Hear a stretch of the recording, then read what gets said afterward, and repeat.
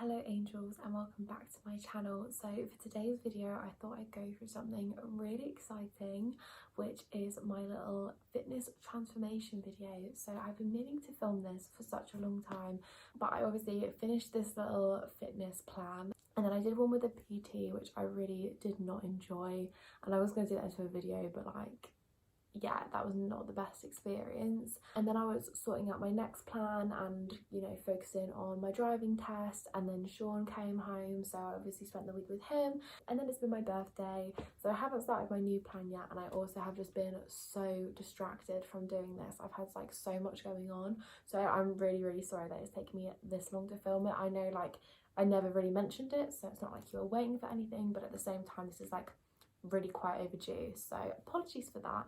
But nevertheless, I feel like the information is still really helpful. So I just want to preface this as well with the fact that I'm not a PT, I'm not a nutritionist, this is not advice, this is just what I did. If you want to follow it, that's your prerogative, but I'm not, this isn't educational, this is just what I did, okay? Don't sue me, thank you very much. Also, I'd just like to side note, sorry for any glare off my glasses.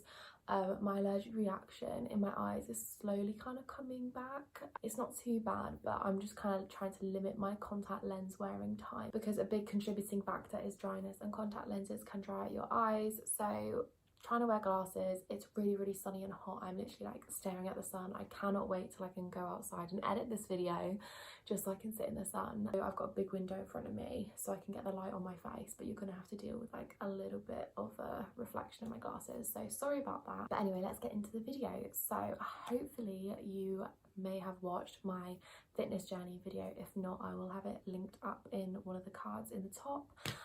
Basically that is just a video going through my entire fitness journey, so literally from when I was born and when I was a little girl to now, everything I've been through, diagnosis with PCOS, my health, fitness, all my dance and stuff, getting into the gym, my issues with eating that I faced, and body image and everything like that is a really big long story, and kind of just gives you the background. I think it would be really helpful to watch if you're interested, to kind of show you where I'm starting off, because everybody is different, but maybe if you have some like a similar characteristics or have like a similar story to me, this might be a bit more of use to you, because if you haven't got anything in common with me, then it may not be applicable to you. But that's just kind of like a preface. If you don't want to watch it, absolutely fine, you can continue watching this.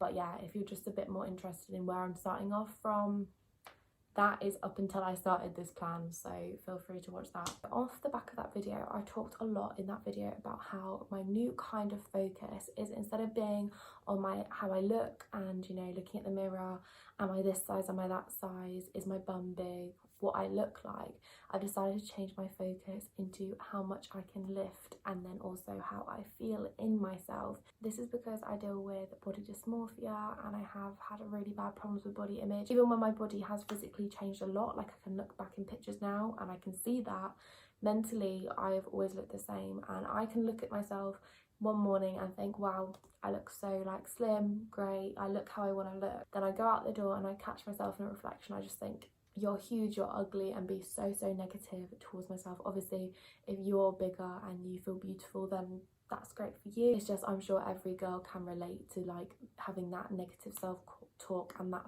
fat, you know, fat phobic mentality. So for me, I do want to be fit, I do want to be healthy. Whenever I move and feel active, I do feel better in myself, my mental health improves so much. However, it can also lead into unhealthy if I go too far that way, and, you know, have to focus on like a transformation and like how I want to look, you know, because how I want to look doesn't exist. Does that make sense? Because, you know, it's always in my head, so even if I did look how I would want to look, I would never know, because I wouldn't look the same as what's in my head to me. I don't know if that makes sense. But anyway, that's why I've just kind of changed my focus, and I actually feel like that's reaped me the most results, because rather than looking at myself one day when I feel fat and hating myself and like, you know, then binging or doing whatever I need to do to cope and being self-destructive, I'm actually just carrying on and wanting to lift those heavier weights, and that motivates me to go to the gym and carry on this journey. So I feel like I've actually had better results that you can see from that. But I am going to use pictures for references, just because if I tell you that I've lifted this much more weight, it's not really gonna like do anything for you. Like, oh, I lifted this much more weight. I feel like when you're like increasing weights and that's your goal, it's such a personal thing because everyone's strength is different. Whereas obviously my physical change, you can see that. So although that isn't my goal, it's something that's a lot more useful for you guys to see how I've changed, rather than me going, oh, this day I lifted this day I lifted that. It's a bit more visual for you. You can see it a bit better. Whereas I just want to emphasize, I want to preface that I'm not sat in the mirror being like, I want a smaller stomach, I want a smaller this, I want this and that, because also your body doesn't work like that. You can't lose weight. You can't, you know, you can do exercises which shape you, and you know, you can do more glute exercise if you want to grow a bigger bum and stuff, but it's also largely down to genetics. Maybe my body doesn't want to have a big bum, you know, maybe my body doesn't want me to have a flat stomach, and maybe for me to get to a flat stomach will be unhealthy, because then I will lose my period, because there won't be enough fat for my brain to think it's okay and safe for me to have kids from an evolutionary standpoint. So do you see what I mean? I just feel like a lot of the pressure, a lot of the ideas we have on ourselves, like it's great, like soar for the sky with your goals, but in terms of physically, like a lot of our genetics will hinder whatever goals we have. So we just kind of need to be a lot kinder to ourselves. Like, it's so cheesy, but we are all beautiful the way we are, and we do not need to change. But if you want to feel healthy and you want to feel better, that is always such a great goal to strive for. If you're like me and you just like need that instant gratification and you want to lift some more weights and get stronger, and you'd like to use that as a metric to see how you're getting on into your fitness goals, that is great. But if you are like just staring at yourself and wanting to change and like seeing it as such a self-hatred kind of way, I personally don't think that's healthy. And I feel like you would benefit a lot more from kind of a mental journey and looking into yourself and asking yourself why you want to change, why you don't feel worthy in your own skin, and why you don't feel like you deserve the health that comes from exercising, from wanting to be fitter rather than wanting to be skinny. Because I've been skinny from unhealthy ways and I did not feel happy or fulfilled or anything. It did not give me anything. Yeah, that's just a little motivation. I always go into these little spiels, I'm sorry, but yeah, that's just a little, not a little, that was a big preface into this video, but I just wanted to get that really clear, because although I'm saying like, oh yeah, this is my goal, I can see like obviously in my thumbnail I'm going to use pictures and make it really visual for you, but that is just so you can actually understand the change, rather than me going, I went from lifting this to this, because it's not as interesting. Also, if I'm looking down, it's because I have my laptop here with all my notes and my big spreadsheet. So getting into what I actually did for my body transformation. Sorry, I'm literally so hot right now, but I don't want to turn the fan on because you'll hear it. So if you couldn't gather from that little spiel, what I did do is weight training. So basically I decided that I wanted to get back into my fitness. I went to the gym for a few sessions and kind of got to where I was at. Like, I'd already, as I said in my fitness journey video, I'd already seen a PT, so I kind of knew the basics. This was a few years ago. And then after lockdowns and everything, I started going to the gym more and just kind of experimenting, seeing what I did like and didn't like, because obviously we change as we grow up, and kind of how much I could lift and kind of how my muscles were feeling, you know. So after I kind of, you know, had the training wheels on for a couple weeks, I literally sat out in the sun one day and I made myself a master plan. I, of course, being the Virgo I am, made a spreadsheet and I called it Savage Summer, because what else would I call it?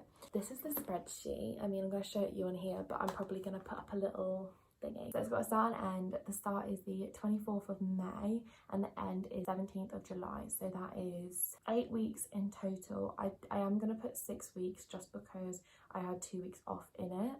But the original plan was 6 weeks. I've seen from a lot of PTs like on social media, I mean, not always the most reliable source, but from the education that I've like tried to get, the best kind of length of any sort of plan you're doing is 6 to 8 weeks. I split my week up into 4 days. So I did legs, quads and thighs, glutes and hamstrings, pull, which is back and shoulders, and then push, which is chest and biceps. And then I structured these days. So on the leg and glute days, I had activation, which is 3 lots of 10, fire hydrants, clams and V kicks on each leg, and then I would have 3 to 4 compound movements in a rep range of 4 to 10, then 2 to 3 isolation movements in a rep range of 8 to 15, and then my burnout. I will put the whole thing on here because I'm not going to read through it all, because otherwise we shall be here all day. This is phase 1 of my master plan, so obviously there are future phases and I will do like videos on them if this one does really well, just because it's so nerdy, but I actually really enjoy doing this and like planning it all out. But the phase 1 focus was just kind of focusing on getting back into the gym, back into enjoying lifting weights, because I did used to lift weights, but that was in the sad times, that was in the body focus, that was lifting weights out of self-hatred, and I used to have like 5 minutes in between every set where I just didn't want to do it. Whereas this time I was like, no, I want to lift it and I want to lift it heavy. So this was just like, let's enjoy the gym again. But then I also have my goals and my progress part of the spreadsheet. It's color coded in pastels, of course, so I'll put that up here now. So I had all the movements here, the compound and then the isolation of each day. And then I have the starting weights. I've just put 0 if I didn't do it in those 2 weeks back. And then I have my goal weights. I smashed every single one of my goals. So that was kind of my starting off point. And then I filled in all the weeks. And then every single session, I would then have a little table on my notes, which I will like screenshot and add here as well. As you can see, it has the exercise, the rep range, my previous week's weight that I did, and then this week's weight that I achieved.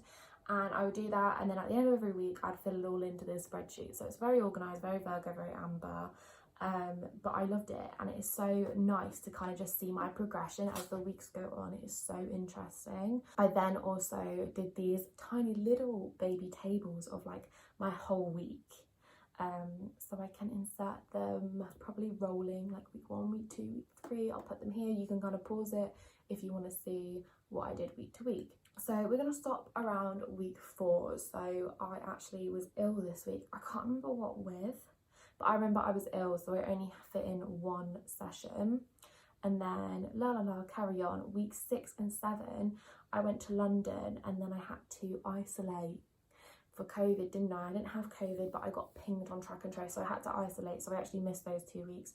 And then I had on the 9th of July, to make it up, rather than doing like just 1 random session, I decided to do like a full body, and I took some of the main compound movements from each day and fit it into like a full body day. So I did assisted pull-up, chest press, back squat, sumo deadlift, squat into military press, and then plate marches and carry for the day. So I'll put that there as well. And then we have week 8.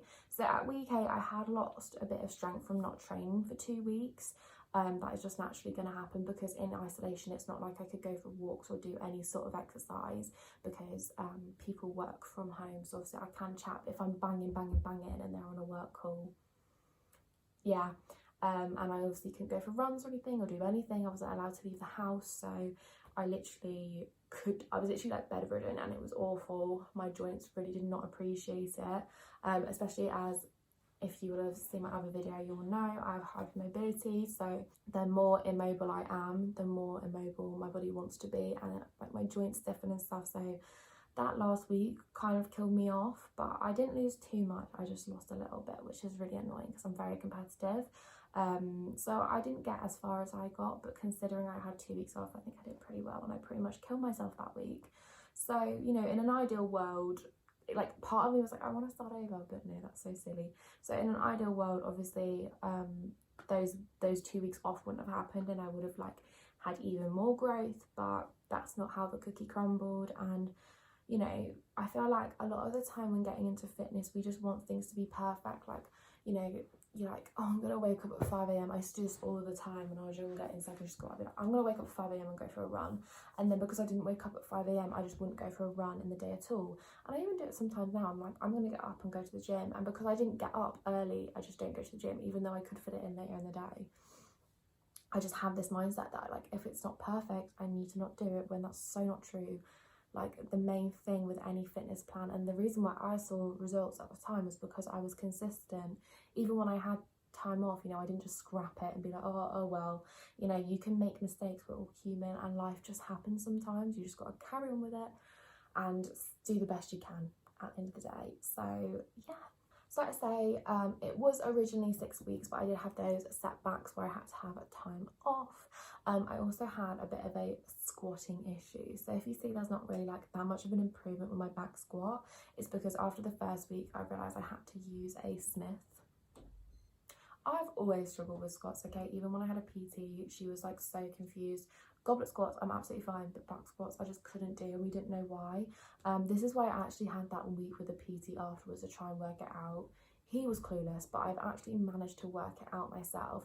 So in ballet, which I did for like 16 years, when you do like a bend, it's called a grand plie, and it's the closest thing that I can think of that's to a squat. And in ballet, everything's like about straight lines. So during a grand plie, you tuck your pelvis in, so like that.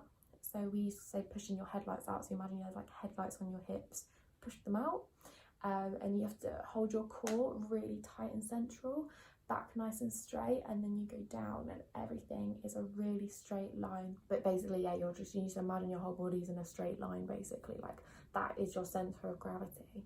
Now when you're doing a back squat, you are doing the opposite. You are hinging your pelvis backwards, and when you've got a barbell on your back, you're being pushed down at the front. So instead of your centre of gravity being straight down, your centre of gravity is like spanned across you.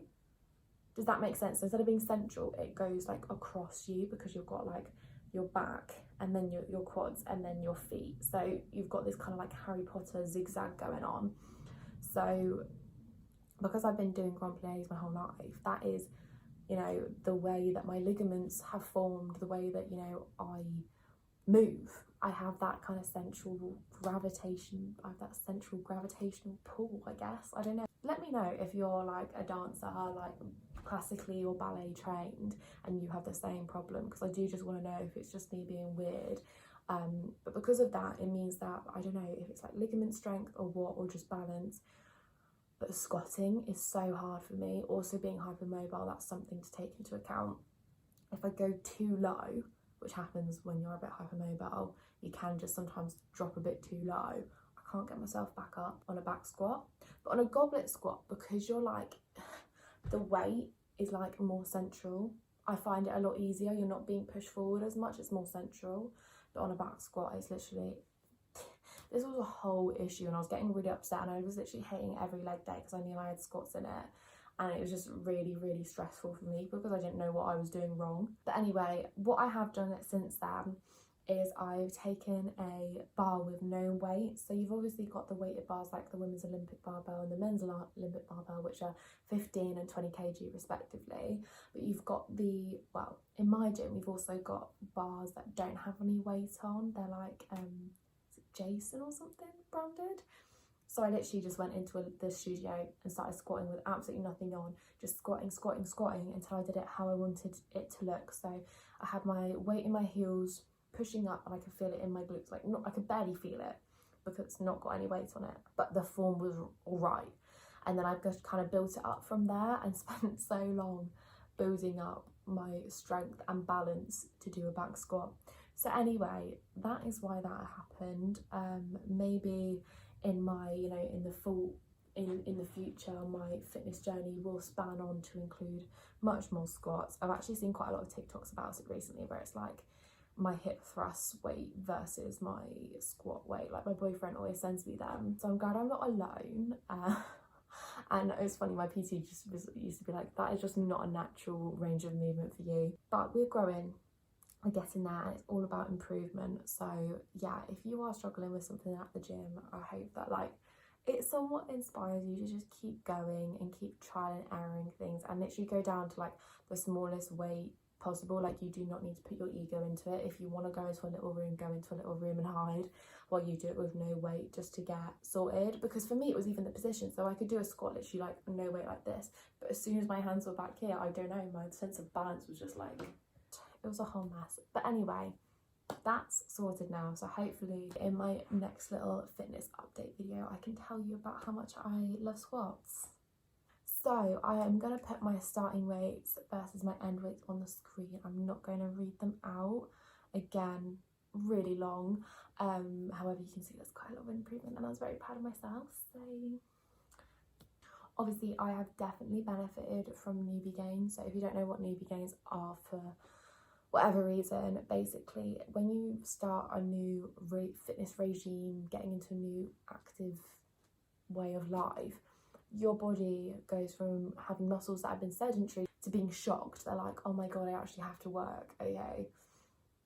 And so they build muscle really quick. They shed the fat quicker as well, because like if you imagine it from like an evolutionary standpoint, if you're like all living in your habitat, all happy, and then suddenly a predator comes along, you've got to be able to outrun that to live. And if you've never run in your life, you've got to learn quick. So your body is like, oh my god, oh my god, oh my god, let's do this really, really quick. Let's build this skill. Let's get these muscles. Let's burn this fat so we can move easier. And then as time goes on, the rate at which you grow muscle and burn fat decreases over time so that you don't emaciate yourself. And again, that gives you the greatest chance of survival for, you know, offspring and that. So it decreases, and then you kind of plateau. And if you go into like fitness social media, you hear a lot about the plateau and how to break the plateau. And that basically, whenever you start something new and actually like commit to it and do it with a bit of consistency, you're gonna see results quicker, which is good, as it's like good motivation. But this is what I mean about like looking at your body. This is why there's an issue. I will always get stronger and be able to lift more weights. I will not always be able to like see a difference in myself, even if I didn't have my whole mental block, because you'll start to plateau. So you will literally be making progress, you'll be lifting heavier, but you won't be making any physical changes, possibly.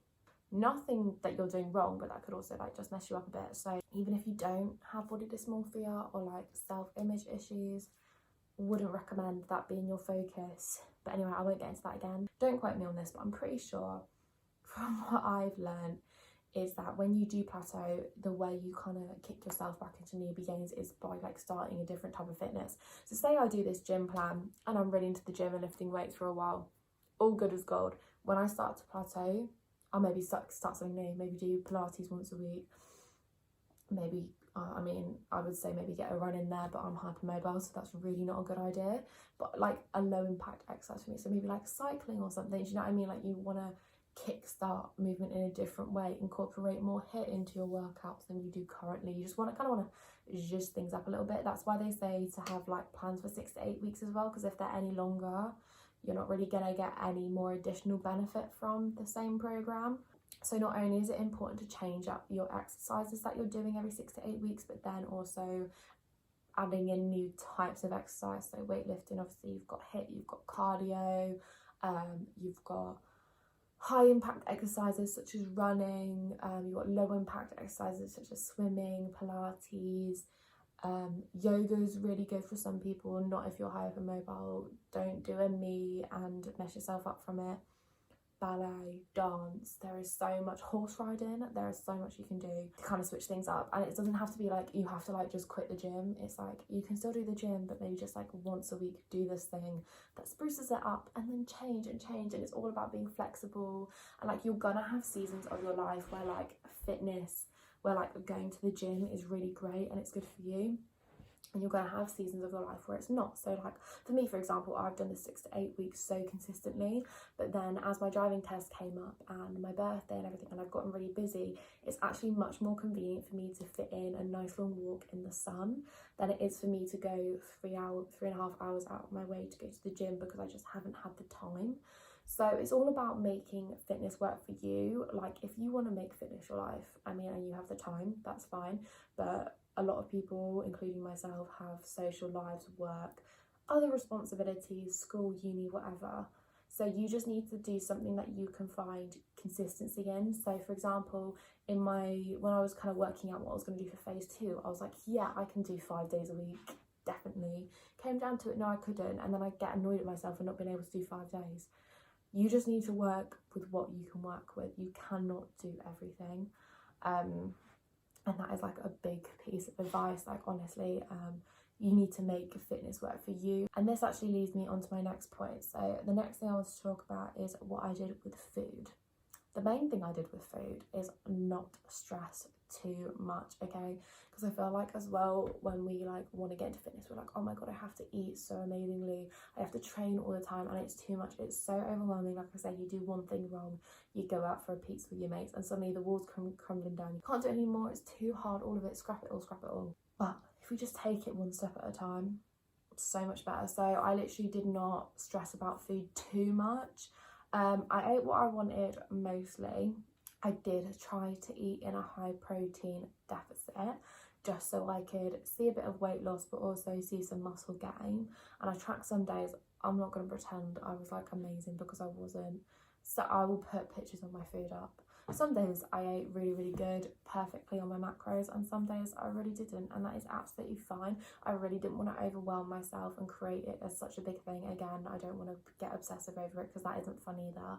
I just wanted to do what was best for me, and I'm not being funny, this is my summer, it's literally my birthday. I'm not going to turn down cake and eating out and miss out on social opportunities just for like, you know, a few days more exercise. You know what I mean? Like, one meal out is not going to kill your progress. If you are eating out, you know, every single night of the week, yeah, probably not going to get to your goals very quickly. You need to make decisions in that moment whether you're going to stay at home and cook, you know, a meal with whole foods and stuff that's going to make you feel really good tomorrow, make you feel really good in your workout, or whether you want to go out and eat with your friends and be social. That is like up to you.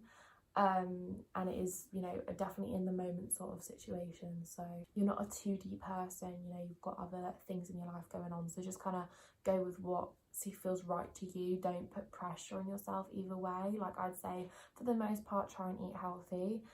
If you're eating like 10 chocolate cakes a day, probably not going to see results no matter what you do. If you're not, you know, being nutritious, eating good amounts of fruit and veg, or drinking enough water, again, probably not going to see very good results because you're not fueling yourself up for good workouts, productive days, a good amount of sleep. Sleep is so important if you do want to lose weight as well. So yeah, I would just say, like, obviously it's something to work towards, but if you can't do it all in one go, just choose where you're going to start. So either start with incorporating more movement into a day or start with the food. Up to you. I would say it's probably easier to start with the movement, because then when you're so tired from the movement, you're probably going to want to eat better food that fuels you rather than junk food. Does that make sense? Because working out after you've had a takeaway pizza, not before, it's not fun.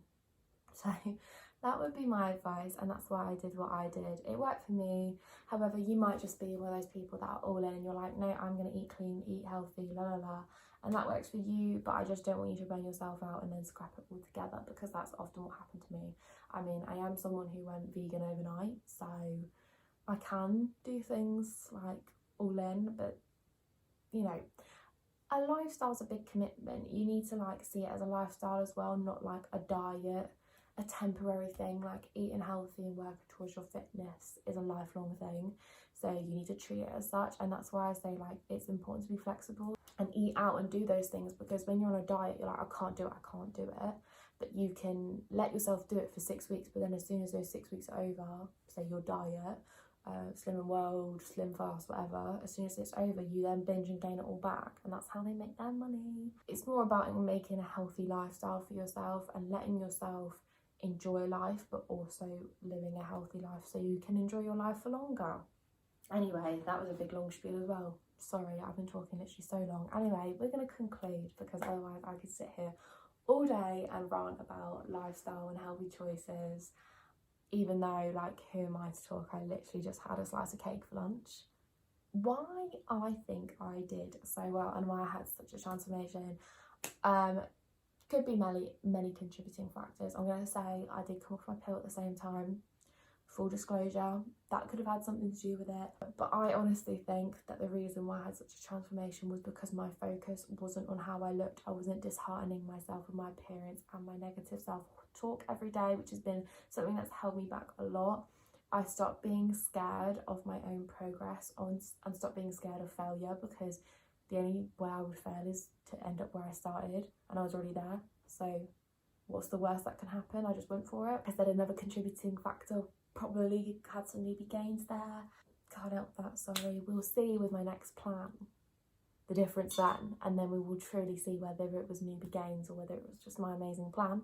But yeah, anyway, I'm just gonna quickly run to conclude this video. So you just need to live your life for how you want to live and what is sustainable for you. There is no quick fix. If you want to lose weight, or you want to become more active, you want to feel strong in yourself, whatever your goal is, it's not a quick fix. You know, once you reach the point of like whatever you're looking for, you can't just sit there and stay there. You're going to need to do it in a way that you can keep it consistent. You can't just work out, lose loads of weight, and then go back to eating whatever you're eating now, because that's why you are where you are now. So you need to build yourself a lifestyle that you can maintain.